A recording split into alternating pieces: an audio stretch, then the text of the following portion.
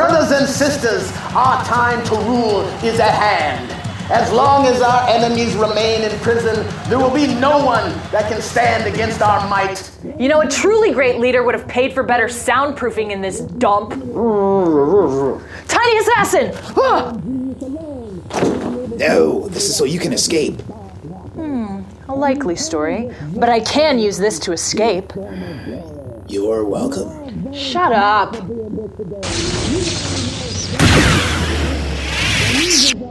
What are you gonna do now? I'm gonna free the rest of my people, and then once we regain control, I'm gonna skin those motherfuckers alive for locking me in here. Wouldn't you rather restore order and due process and help build a society where people treat others the way they want to be treated? Maybe that would stop all the chaos and violence. I've never thought about it like that. But no.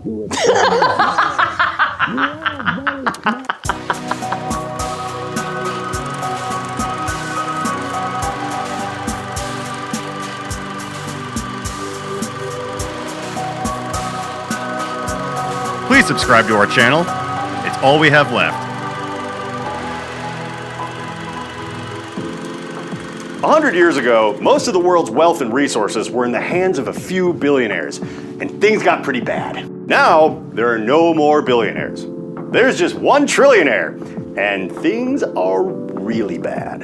I mean, things are great for me, but not just because having $1 trillion is fantastic, but also because if the world wasn't a burning, lawless wreck completely populated by ignorant, self-aggrandizing, tribalist peons that have been romanticizing their oppressors for generations, why, I might not be a trillionaire at all. I'd have to struggle by with the $999 billion I was born with. Hell, if all people saw each other as equals and understood the importance of doing so in order to uphold a robust and functional society, it would have been impossible for my ancestors to siphon a vast fortune away from everyone. And I would have grown up as an average person in a beautiful, clean, affluent world. Excuse me, gotta take this. I see you've met my little associate. Yeah, you could have warned me about that. Someone could have heard us. The soundproofing in there is terrible. Good point. Anyway, thanks for busting me out. Hey! Shut up! But I've got a warlord to behead, so if you'll excuse me. You shouldn't kill him. You should capture him alive. Is this gonna be a speech about not stooping to his level? Because that's pretty rich coming from a guy who sold me a neutron bomb last year. What? No, fuck that guy. But if you kill him, he will become a martyr. His followers will rally, and a new, even stronger leader could rise. Well, I guess we could imprison him and then promise a fair trial that'll never come. Then his followers will split on whether to try to free him or replace him. And those who want to replace him will fight each other. And those who attempt to free him will be killed. Which will further divide their ranks into smaller factions. Bingo! That kind of forward thinking is why you're going to make a fantastic dictator. Now go zap that fuckboy. Ooh! So am I supposed to go with her, or... Okay. That kid's got moxie, I can tell you that. Too bad her head's gonna end up on a spike. She would have made a great leader. Wait, I thought she was gonna be the leader. Like, that's why you were helping her? Because you hate the current warlord? I don't hate anyone, man, come on. Well, you sure have killed a lot of people. I mean, I don't particularly like anyone either. That'd be like the owner of an industrial factory farm having a favorite chicken. I do what needs to be done in order to keep getting richer, stay in control. In this particular case, that means artificially propping up and then toppling various regimes. When one tribe gets a little too powerful, I tip the scales to help their rivals overthrow them. By keeping them constantly at war and in flux, I can sell weapons to both sides, conscript outliers into my private armies, take over and privatize areas rich in resources, and most importantly, stop them from ever organizing to defeat me by creating a fair and equitable society in which I could never exist. It's destabilization 101. The US did it in the Middle East for decades. That sounds like an awful lot of work, though. Well, a lot of hard work is how I got to where I am today.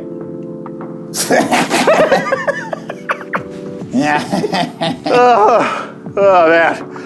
Luckily, I don't have to do much. People secretly love the idea of a complete completely deregulated and unjust world, you always see yourselves as a conqueror rather than as a slave or food, which, and on the off chance that you actually do end up in charge, well... Traitors will be hung, and our superior arsenal will be feared by the weak. Oh, he's still going. He must eat a bowl of Adderall and Sudafed every morning. It's time to take a long nap. Nap time isn't until after... Now you have an even bigger target on your back. And it's just a matter of time. Bow to your new queen. Yes, queen! Ah, female warlord. That's it. I'm moving to Canada. Canada blew up. Hey, there he is. Why is everything always blowing up? Things are always blowing up for the exact same reason that the tiger thing over there is all bent out of shape about a lady dictator. Oh, the whole world burned down because I don't want some nasty woman in charge. That's stupid. You're stupid. No, not exactly, but also kinda. As I was ranting earlier, society works best for everyone when society works best for everyone. Because like it or not, you are part of everyone, no matter who you are. The best way to facilitate this is by people treating all people the way they'd like to be treated because, again, you are a people. The world you create is the world you live in. Now, wait a minute. I always treat those that deserve it with the same respect that I... And there we go. The whole kit and caboodle breaks apart when motherfuckers start putting people into categories, some of which being lesser in value than others. Like when the United States claimed to believe that all men are created equal and then justified enslaving people from Africa by categorizing them as only 3/5 human. Some of you might be able to rationalize that sort of thing because... I mean, yeah, that's pretty shitty, but I'm not from Africa, so I don't have to worry. And here it comes, the point of the whole video, even though nobody made it this far in, but I don't give a shit, because I'm gonna put it on TikTok anyway. You do have to worry, and here's why. About 100 years ago, not far from where I'm standing right now, an unarmed man named George Floyd was murdered in the street by a police officer named Derek Chauvin. Now, this happened a lot back then, even though it was technically illegal. But this instance stands out because it was in broad daylight and very, very well documented. If it was a scene in a movie, the MPAA would have demanded that 90% of it get cut out. And yet the whole world saw the whole thing, which is probably the only reason that Officer Chauvin got put on trial for murder. Because even though it was technically illegal, it happened a lot back then. Plenty of folks quietly thought that this sort of thing was okay, because it only happened to other folks that didn't quite look like them. Chauvin's legal defense opened by saying that this summary execution in the street in broad daylight was justified, and therefore legal because Floyd had allegedly committed a crime and had done drugs. If you had half a brain, this should have terrified you. Even if you aren't black, had never committed a crime, had never done drugs, and not just because you're painfully boring. See, either murdering people in the street is okay, or it's not okay. If it's not okay, then it doesn't matter if the accused is the next Hitler or a pedophile. They still get a fair trial.